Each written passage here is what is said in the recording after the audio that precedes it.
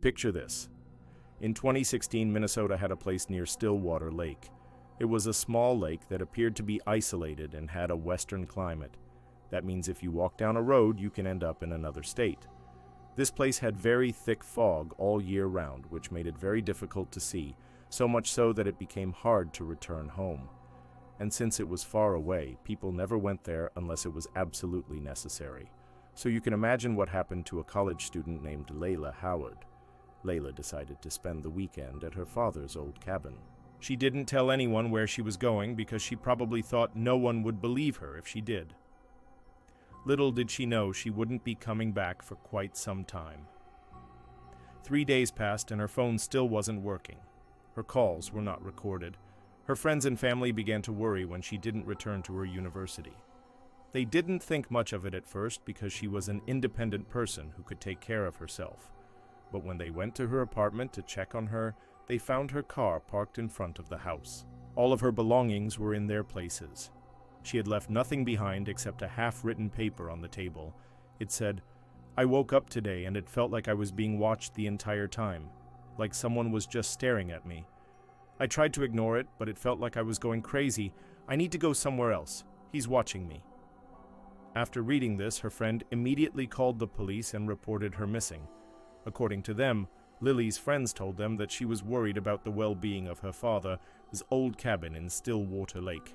In fact, she visited the property several times before the incident, but since the police hadn't received any reports of such incidents, they considered it a missing persons case, and it was the last thing they expected. As it turned out, the cabin was located in a remote location. To get there, you needed to drive along a narrow dirt road between two small lakes, completely surrounded by dark trees. As soon as they arrived, they noticed something unusual. There was a car parked next to the cabin. The police searched the area and found nothing unusual. The cabin seemed normal from the outside, but when they opened the door and walked in, they knew they had definitely found something strange. Nothing had been destroyed. There were no signs of a break-in or intrusion. It looked as if the owner had just stepped out for a moment and would be back soon. It wasn't like a crime scene either. All the food was in the refrigerator and on the table. The coffee was still hot and the newspaper was lying right next to it. The most surprising detail was that the landline phone had been cut off. The police officer who arrived at the scene was a young man named Cole Twitt. He wanted to inspect the place. To do that, he first needed to clear a thick fog and open the windows. Just then he heard his partner say something that made him shudder. He thought he was imagining things, but it was real.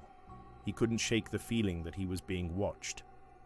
He started investigating the house and found a half-torn piece of paper on the table. It read, "He's watching me from the lake," signed by Lily. Was she here?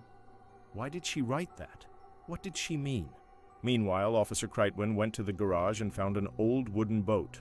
Without hesitation, he got into the water.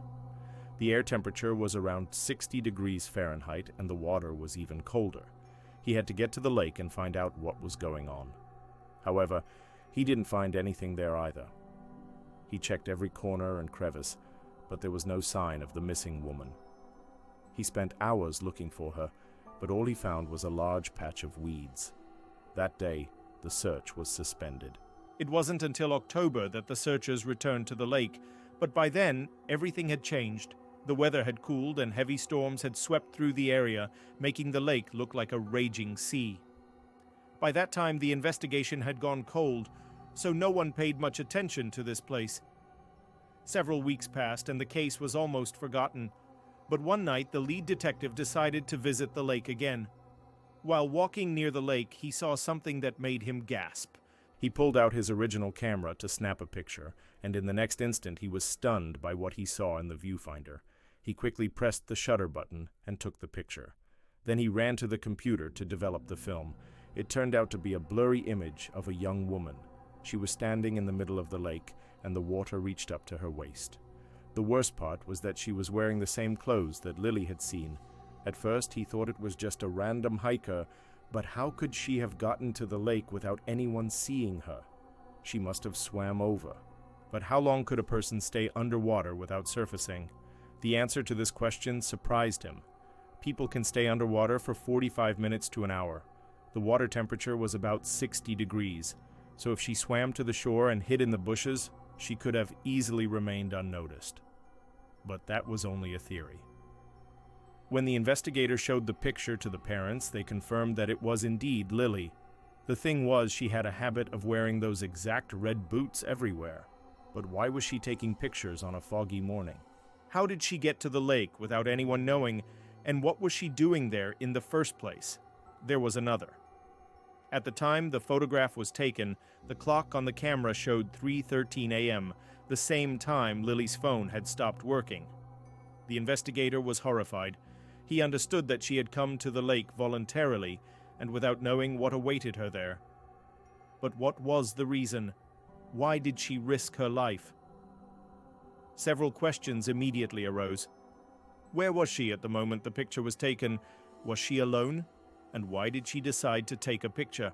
After studying the photo, he came to the conclusion that there was a reflection in the clear sunlight behind her, but there was no one in the image, only in the reflection. Could it be? He recalled the story the locals told him about how one of the former owners drowned in the lake and his soul never found peace. But why did he appear in the photo? Who else was standing behind Lily? A few days later, the officer went to the lake again and shouted, "Hello!" hoping to hear a reply.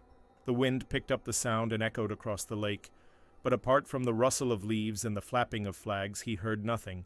When he leaned over the railing to get a closer look, he suddenly lost his balance and fell into the water. The temperature shocked him. He struggled to get himself upright, but the waves knocked him down again and again. Finally, he managed to crawl onto the shore, but now his clothes were soaked and the rain was pouring down in full force. So he ran to his car to change into dry clothes. But when he leaned over to take out his clothes, he saw something strange. There was a small black object in the seat. At first, he thought it was a stone, but when he picked it up, he realized it was a phone. It was so tiny, he thought it was a toy. But when he examined it more closely, he noticed that it had a screen and a battery indicator. Was it the phone that Lily had dropped while running? He quickly pressed the power button, and a faint buzzing sound filled the air. The phone turned on and showed a strange contact. The name was written in strange letters. He called that number. 5 rings, 6, 7, 8. Just when he was about to hang up, the phone was picked up. A strange voice answered. "Hello?" He asked, "Is this Lily's phone?"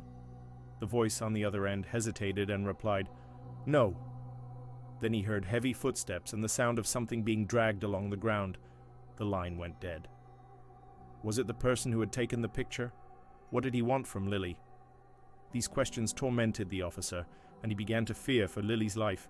He had to find her as soon as possible. But his colleagues kept telling him to calm down and stop making a fuss out of thin air. They said he should focus on other cases and leave Lily alone for now. But he didn't listen to them. He couldn't forget that call. 6 months later, the officer died. The case was closed and recorded as a mysterious disappearance. Now, local residents claim that they sometimes hear a faint ring coming from inside the lake at night. They also swear they've seen a faint light from the window of the abandoned cottage. But is it really Lily trying to get their attention? Or is it all just a cruel joke of fate? What do you think? Write your version of events in the comments. And that's all for today. Like it if you liked it. See you soon. Bye.